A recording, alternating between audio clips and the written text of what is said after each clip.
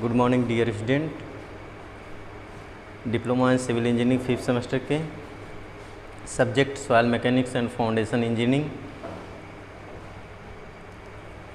का लेसन 2 का second class आज है। ठीक है, फर्स्ट क्लास में पढ़े थे हम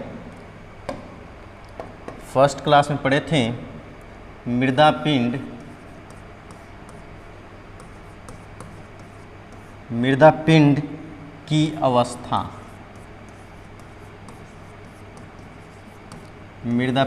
अवस्था, स्टेज ऑफ सॉयल मास। ठीक है, ये पढ़े थे। तो मृदा पिंड की अवस्था जो होती है वह कितने टाइप की होती है? 3 टाइप की होती है ना।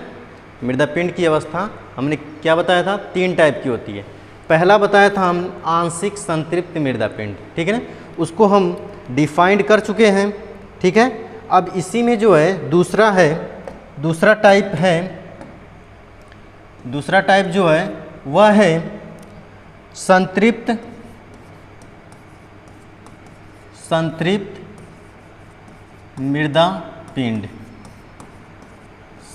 मृदा पिंड। ठीक है, सैचुरेटेड सॉयल मास,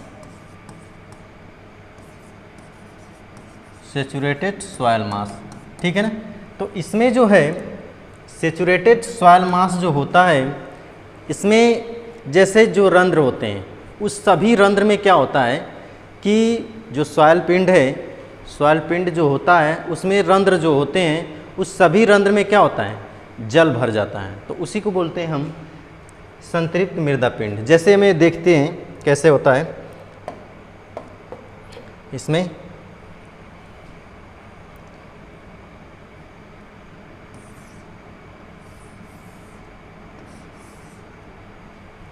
ये फिगर है, ठीक है, ये मृदा कण है, ठीक है, और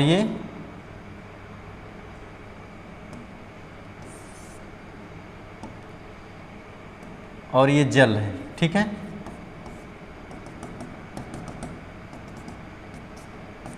ये पूरी तरह से जल भरा हुआ है, ये मृदा पिंड है। ठीक है,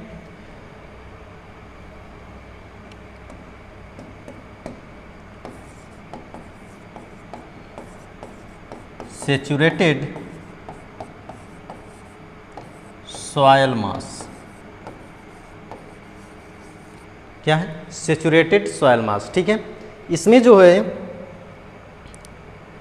ये पूरी की पूरी यहाँ से यहाँ तक को हम कैपिटल W यानी मृदा पिंड का जो है वेट होता है ना, और यहाँ से यहाँ तक को हम कह सकते हैं WS, और यहाँ से यहाँ तक को हम कहते हैं WW। वही क्रिया यहाँ पे भी, यहाँ से यहाँ तक को हम VW और यहाँ से यहाँ तक को हम VS, और टोटल ही जो है यह कैपिटल V है। समझ में आई बात है ना। अब यहाँ पे जैसे हम कहें यदि मृदा पिंड में सपोज करें कि यदि मृदा पिंड में जो जहाँ पे रंध्र जो एयर रंध्र जो होता है यानी कि वायु रंध्र में वायु के जितने भी रंध्र हैं उसमें अगर जल भर दिया जाए, है ना, वायु में मृदा पिंड में जितने भी रंध्र हैं अगर उसमें जल भर दिया जाए, है ना, यानी कि जल प्रवेश कर जाता है, तो वो मृदा पिंड संतृप्त मृदा पिंड कहलाती है। समझ में आई बात? यानी कि यहाँ पे जो एयर था, इस मृदा पिंड में जो एयर था वह उस एयर में क्या भर दिया? पूरी की पूरी जल भर गया, है ना। तो उसी को हम कहेंगे संतृप्त मृदा पिंड। मतलब कि सभी रंध्र में क्या हो गया? जल का प्रवेश हो गया, है ना, जल का प्रवेश हो गया। तो उस मृदा पिंड को हम कहेंगे सैचुरेटेड सॉयल मास। समझ में आई बात? ठीक है, जैसे अब यहाँ पे देखिए क्या होगा कि अगर यहाँ पे लिखें कैपिटल W बराबर WS प्लस डब्ल्यू डब्ल्यू, ठीक है। तथा कैपिटल V बराबर VS प्लस VW, ठीक है ना। यानी कि यहाँ पे क्या देख रहे हैं कि जो भार है, जो मृदा पिंड का भार है ना, वह WS का मतलब कि मृदा का कण प्लस WW मतलब कि जल का वेट के दोनों के बराबर जो कुल भार है ना। यानी कि यहाँ पे जो एयर है, यहाँ से एयर की जगह पे जो एयर का रंध्र, एयर जो वायु था, वायु रंध्र था, उसकी जगह पे हम क्या कर दिए, जल का प्रवेश करा दिए। तो वह जल का जब प्रवेश हो जाता है तो उसी मृदा को हम संतृप्त मृदा पिंड कहते हैं, ठीक है। अब है आगे देखेंगे, अगला है इसी में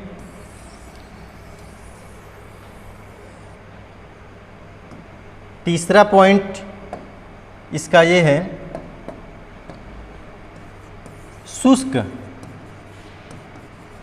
शुष्क मृदा पिंड, शुष्क मृदा पिंड,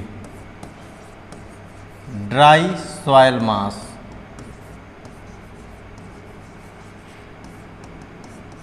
ड्राई सॉइल मास, ठीक है ना। इसमें क्या होता है कि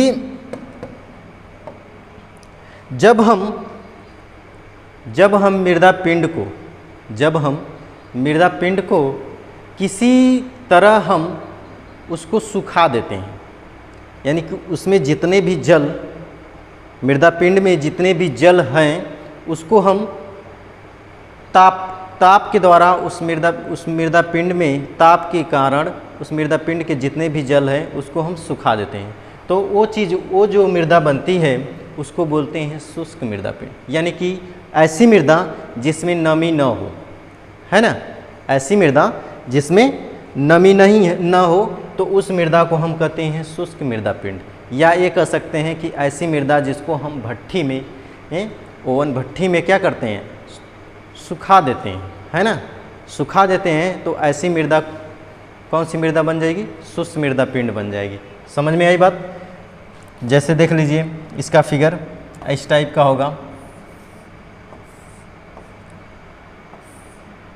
ये मृदा कण हो जाएगा, ठीक है, और ये वायु हो जाएगी, ठीक है। यानी कि ये पूरी की पूरी मृदा कण हो जाएगी, ठीक है। ड्राई सॉयल मास, ठीक है, ड्राई सॉयल मास, ठीक है ना। तो यहाँ पे क्या हो जाएगा, ये पूरी की पूरी W और यहाँ से यहाँ तक को WS और यहाँ को WA, यहाँ को VA, यहाँ को VS, यहाँ को कैपिटल B। समझ में आ रहा है ना। अब यहाँ पे देखिए कि कैपिटल V बराबर क्या आता है, VS प्लस VA, यानी मृदा पिंड का जो आयतन है, ड्राई सॉइल मास में मृदा पिंड का जो आयतन है वह मृदा कण के और उसमें रंध्र जो वायु रंध्र के आयतन के बराबर होता है। समझ में आई बात। यानी कि ड्राई सॉइल मास में जो सॉइल पिंड का, यानी मृदा पिंड का जो आयतन है वह किसके बराबर है, मृदा कण और वायु रंध्र के बराबर है ना।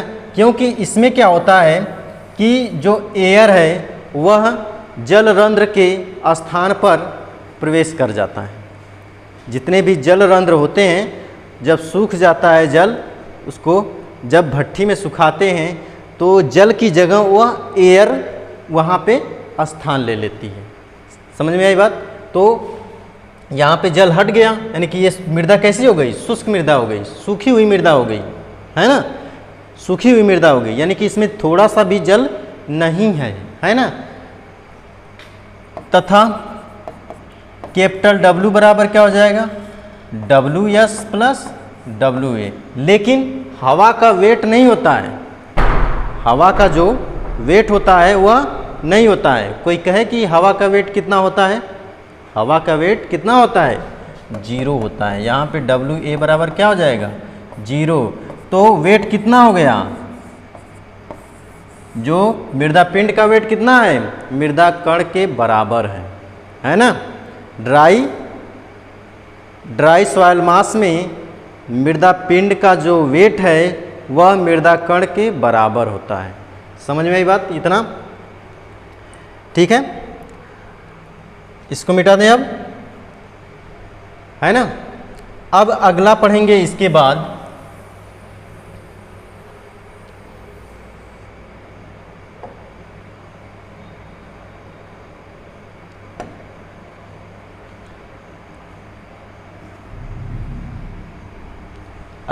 यहाँ पे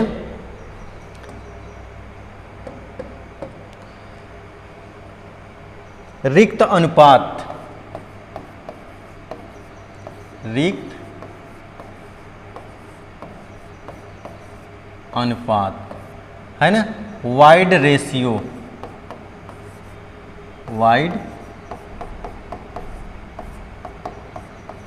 वाइड रेशियो है ना,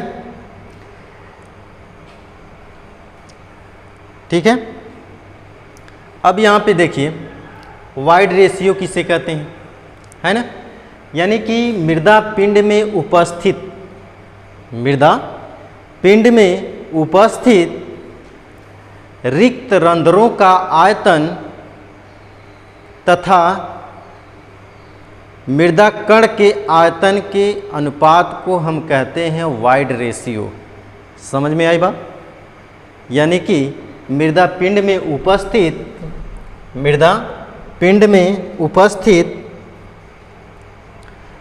उपस्थित रिक्त स्थानों या रंध्रों के आयतन तथा मृदा कण का आयतन के अनुपात को हम वाइड रेशियो कहते हैं, है ना।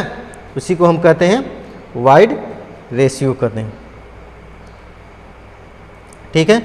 जैसे में देखा जाए अगर ऐसे कि इसका अगर फिगर देखा जाए तो ऐसे फिगर बनेगा, ठीक है।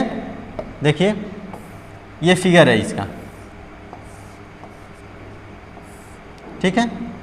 यहाँ पे क्या है, ये जो है ठोस कण होगा, ये ठोस कण है और यहाँ पे क्या है, रंध्र है या रिक्त, है ना।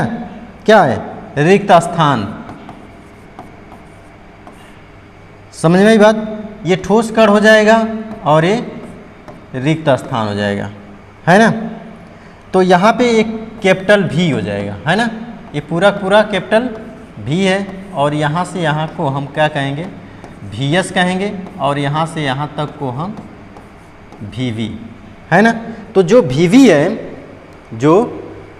है वह VV तथा VS के अनुपात को हम क्या कहेंगे, रिक्त अनुपात कहेंगे। जैसे में अगर देखा जाए रिक्त अनुपात को हम स्मॉल ई से प्रदर्शित करते हैं। रिक्त अनुपात को हम किससे प्रदर्शित, स्मॉल ई से। तो रिक्त अनुपात बराबर मृदा पिंड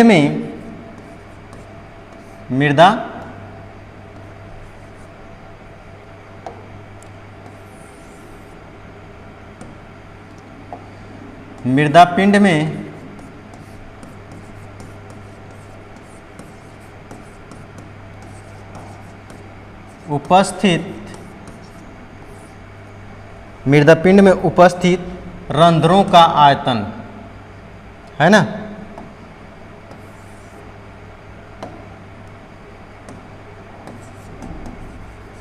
रंध्रों का आयतन बटे मृदा पिंड में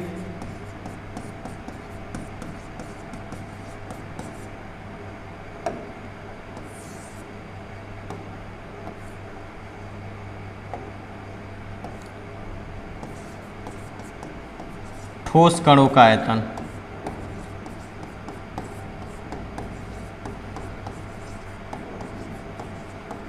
है ना, मृदा पिंड में उपस्थित रंध्रों का आयतन बटे मृदा पिंड में ठोस कणों के आयतन के अनुपात को हम क्या कहेंगे, रिक्त अनुपात कहेंगे, है ना। यानी कि यहाँ पे VV/VS, है ना, स्मॉल e बराबर यही आएगा। ठीक है ना, समझ में आई बात। इसी को हम कहेंगे रिक्त अनुपात।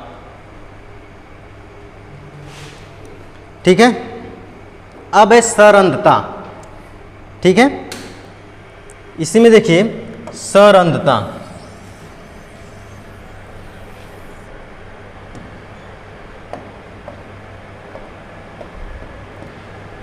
सरंध्रता देखिए, सरंध्रता,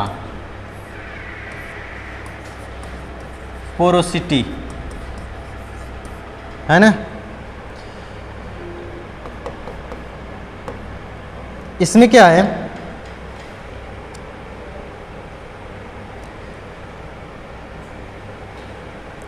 इसमें क्या है, इसको किसे कहते हैं, जैसे मृदा पिंड में उपस्थित कुल आयतन, मृदा पिंड का कुल आयतन, है ना, मृदा पिंड का कुल आयतन और उसमें उपस्थित ठोस कणों के आयतन के अनुपात को हम क्या कहते हैं, सरंध्रता कहते हैं, है ना। उसको क्या कहते हैं, सरंध्रता, है ना। इसका फिगर है ऐसे,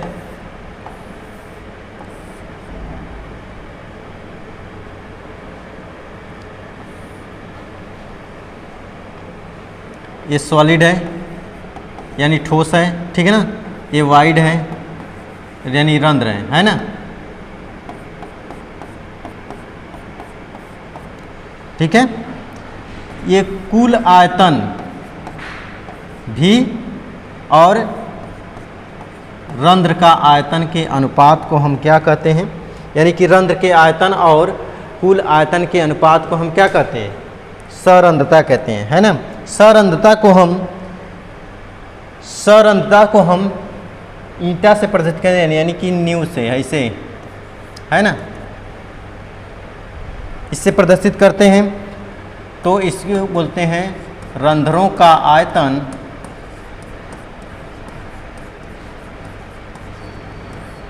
बटे मृदा पिंड का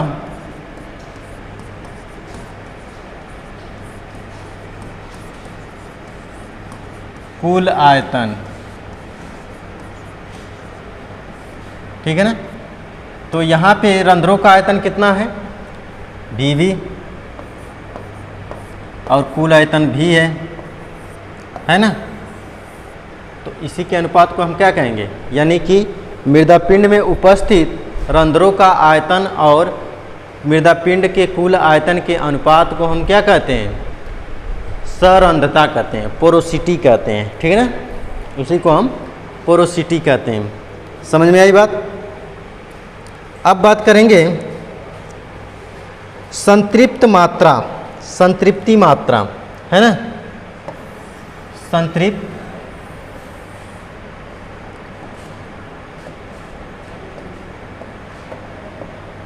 संतृप्त मात्रा देखिए,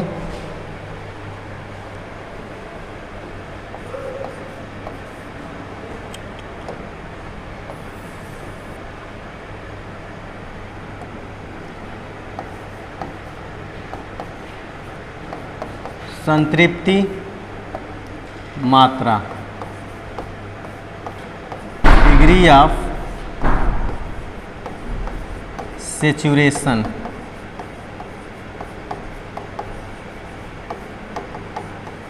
डिग्री ऑफ सेचुरेशन। समझ में आई बात, यहाँ पे है ना।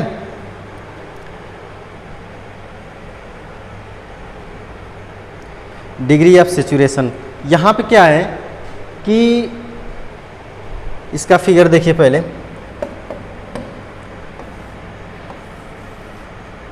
डिग्री ऑफ सेचुरेशन में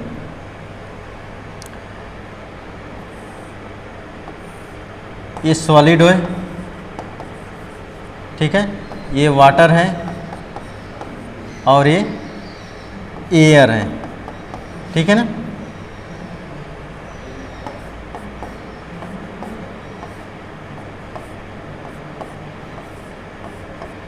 समझ में आई बात?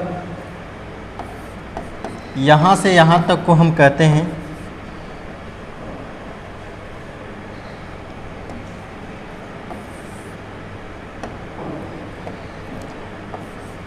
VV, है ना, और यहाँ से यहाँ तक को हम कहेंगे, यहाँ से यहाँ तक को हम कहेंगे VW, है ना। यानी कि ये जो है यहाँ जो देख रहे हैं ये जल का आयतन है, और यहाँ से यहाँ तक का देख रहे हैं वो रंध्र का आयतन है ना। यहाँ से यहाँ तक रंध्र का आयतन है, ठीक है ना। यानी कि संतृप्त मात्रा उसे कहते हैं जैसे कि मृदा पिंड में उपस्थित जल का कुल आयतन, मृदा पिंड में उपस्थित जल का कुल आयतन, यहाँ पे देखिए जल का कुल आयतन, है ना, जल का कुल आयतन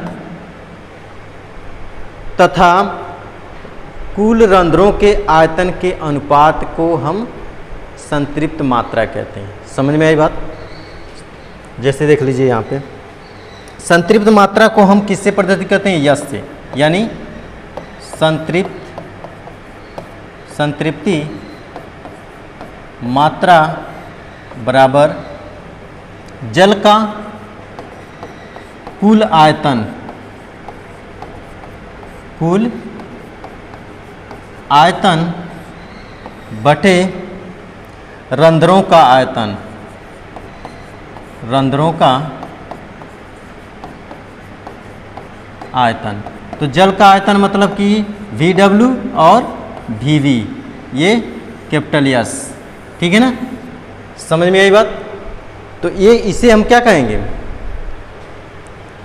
संतृप्ति मात्रा, मतलब संतृप्ति मात्रा इसे कहते हैं किसी मृदा पिंड में उपस्थित, किसी मृदा पिंड में उपस्थित जल का कुल आयतन तथा उसमें उपस्थित रंध्रों के कुल रंध्रों के आयतन के अनुपात को हम क्या कहेंगे? संतृप्ति मात्रा कहेंगे, है ना। इसमें एक और चीज़ था, थोड़ा सा है,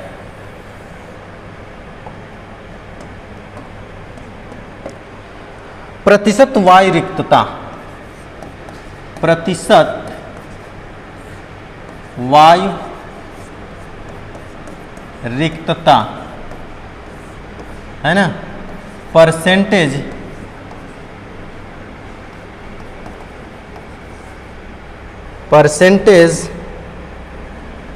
ऑफ एयर वाइड्स, है ना, परसेंटेज ऑफ एयर वाइड, यानी कि प्रतिशत वायु रिक्तता, है ना। इसमें क्या है? प्रतिशत वायु रिक्तता मतलब रिक्तता को हम किससे प्रदर्शित करते थे, है ना, रिक्तता को हम किससे प्रदर्शित करते थे? न्यू से, है ना। तो यहाँ पे इसी से हम प्रदर्शित, तो अगर यहाँ पे प्रतिशत वायु रिक्तता हो गया तो यहाँ पे न्यू ए हो गया, है ना। समझ में आई बात? अब बराबर वायु रिक्तता है ना, यहाँ पे वायु रिक्तता है, पढ़ रहे हैं एयर वाइड्स, तो एयर वाइड्स होता है कि वायु रंध्रों का आयतन बटे कुल आयतन। रिक्तता का मतलब यही है ना, रिक्तता का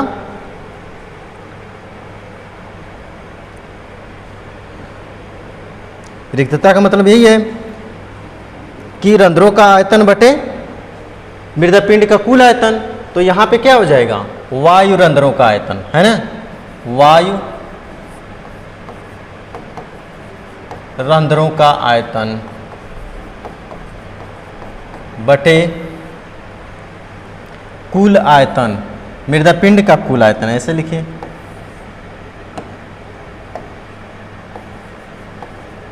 मृदा पिंड का कुल आयतन, समझ में आई बात? मृदा पिंड का कुल आयतन, है ना। अब यहाँ पे परसेंटेज है तो गुणे परसेंटेज, यानी कि परसेंटेज ऑफ एयर वाइड्स निकाल रहे हैं। तो यहाँ से अगर परसेंटेज न लगाएं,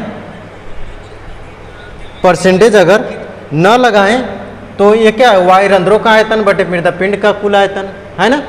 तो यहाँ पे क्या हो जाएगा, वायु रंध्रों का आयतन कितना हो गया,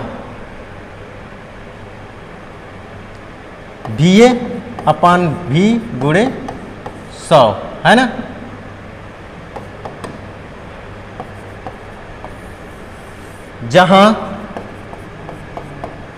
जहां न्यू बराबर हो गया वायु रिक्तता, ठीक है, VA बराबर मृदा पिंड में वायु रंध्रों का आयतन,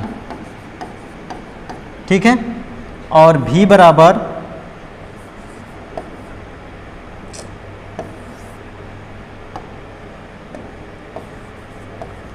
मृदा पिंड में